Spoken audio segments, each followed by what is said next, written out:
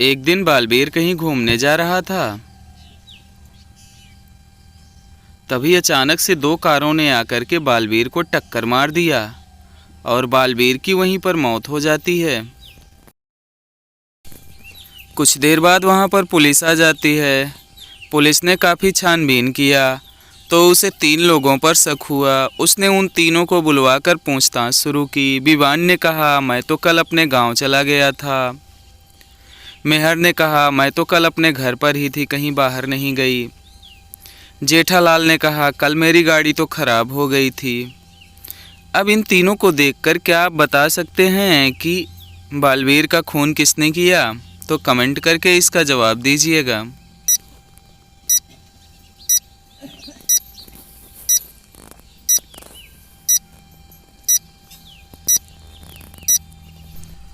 तो इसका जवाब है कि बालवीर का खून विवान और जेठालाल ने किया, क्योंकि इन दोनों की गाड़ियों पर ही खून के निशान लगे हुए हैं।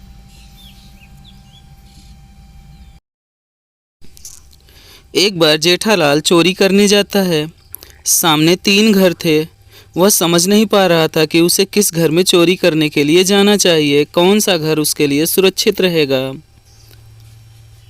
तो आप जेठालाल की मदद कीजिए और बताइए जेठालाल को किस घर में चोरी करने के लिए जाना चाहिए।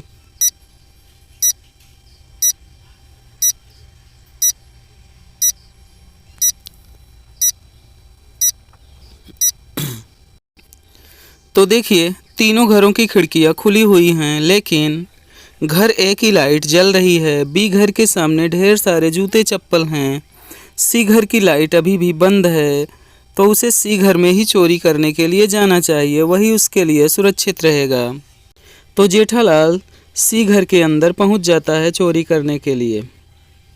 वह चोरी ही कर रहा था कि तभी उसके घर के मालिक को फ़ोन जाता है कि उसके घर में चोरी हो रही है। वह घर चालू पांडे का था। चालू पांडे तुरंत अपनी कार लेकर के आ जाता है। इतने में जेठालाल चोरी करके वहां से भाग जाता है। तो इन दोनों तस्वीरों को देखकर आप बताइए कि कौन कौन सी चीज़ों की चोरी हुई है।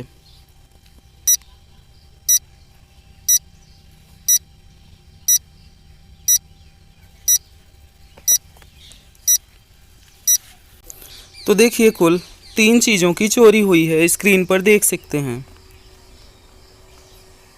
इधर जेठालाल भाग रहा था तो चालू पांडे ने उसका पीछा किया, लेकिन आगे जाकर के 3 रास्ते मिलते हैं।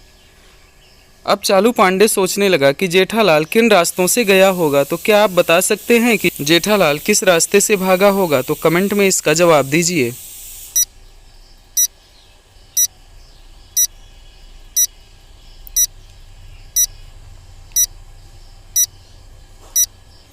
तो देखिए, ए रास्ते पर रेत है, उस पे भाग नहीं सकता। बी रास्ते पर कैमरा लगा हुआ है, तो जेठालाल उससे भी नहीं भागा होगा। सी रास्ते से भागा होगा। तो तुरंत चालू पांडे ने सी रास्ते से जेठालाल का पीछा किया और आगे जाकर के जेठालाल को पकड़ लिया।